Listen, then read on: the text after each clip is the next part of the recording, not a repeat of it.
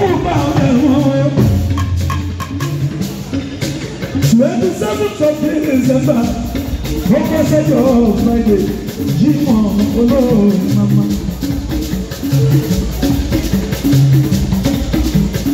Ìṣẹ̀lẹ̀ ṣe bó ń ṣàlàyé ṣe làdúgbò yìí yó níbi ilé ìjọsìn fún òwò lànà ọmọ Táyọ̀ ilé láti ń kó ẹ̀ ṣọ́nà òde ló jẹ́ kájọ́tò yìí kalẹ̀ ilé làdúgbò yìí tuntun. Ẹ̀jìnà máa dáná.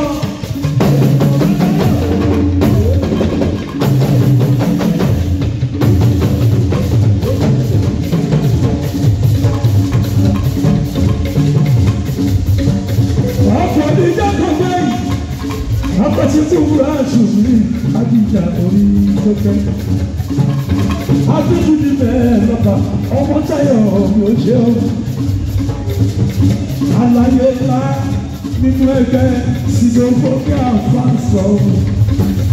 Èèyàn ti yèyé oge láti káyì lọ. Èèyàn tọ̀tún bá àìkú ọ̀pọ̀ náà ìwé owó ẹ̀. Èèyàn tó kú mi lé ìjọba lọ́rọ̀ mú lẹ̀. Ẹ̀jìyà ọmọ Táyọ̀, ọmọ Táyọ̀, ọmọ Táyọ̀. Ẹ̀jìyà ọmọ Táyọ̀ kan ìtẹ̀lé káfí. Ẹ̀jìyà ọmọ Táyọ̀ kan Nàìjà kan ní. Àwọn eléyìí kò ní jẹ èmi náà táwọn pa.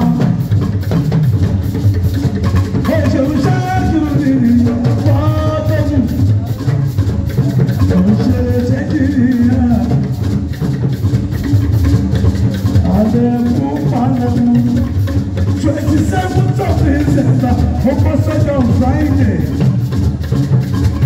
Àwọn àbáta bẹ̀rẹ̀ ọ̀rá kìí yọ lọ́jọ́ Sátidé. Àṣẹ̀ṣẹ̀ tó máa wá sí Èkó mẹ́rìnlá ní Lagos Island. Tó bá wá dọ̀bí tààtì, òró làwọn lọ. Iṣẹ́ orí tẹ́lì yẹn kò jẹ́ ibi ìpele mọ́. Ṣáàkìrù nìyí, èyí ṣe kí mi, ojoojúmọ́ tẹ́lì yẹn láti ṣeré wa.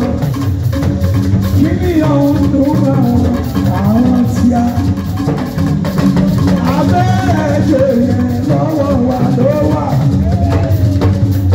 Ẹ̀jìnà mọ́tà àfẹ́bí tí ò bá mẹ́nu tí ò bá mẹ́nu ẹ̀.